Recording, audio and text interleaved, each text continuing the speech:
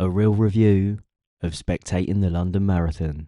Forget running the London Marathon just for a minute, because running it is one thing, but have you ever tried to spectate it? I feel like there should be some sort of training just for this, and I should have been going out over the last 6 months and posting my Strava on Instagram stories, doing some sort of long-standing Sunday training, because me, you're gonna need it. First of all, if you don't like crowds and you're a bit anxious, you're already and you'll hate this. Although saying that, this is probably one of the only days of the year that this whole city is all nice and upbeat. Everyone's in a good mood and chatting to each other on the underground, which in itself is mental for London. When I first got here, I went down to near where it all kicks off at the start, and it was all nice and chilled out at the beginning, but I was a little bit early. But it was probably about this point where it all started to go downhill. It's early morning and the sun's out, everyone's enjoying themselves. Grab a coffee, grab an orange juice. Don't think about the fact that you're gonna need a piss in about 20 minutes. I decided to work my way back through the growing crowd at this point to go and have a watch down by Tower Bridge. Surely there'll be some toilets down there. By the time I got there, I'd spent most of the morning searching for one, and I gave up in the end and joined a queue in Pret a Manger for their horrible single bog. I felt guilty using it and bought a bottle of water that I won't even drink in case I need another one. But anyway, back to the race. Tower Bridge is probably the worst place you can try and watch it, to be honest. There's people f***ing everywhere, and there was even a queue to try and get on it, so I decided to walk down a little bit further and try and find a gap somewhere. This was the best bit, watching everyone come past and cheering. It was all a little bit out of my comfort zone and a bit positive, to be honest, but big up everyone running it and raising money for charity. You deserve it. But back to being a spectator, I'll be honest, after a while it does get a bit boring and you're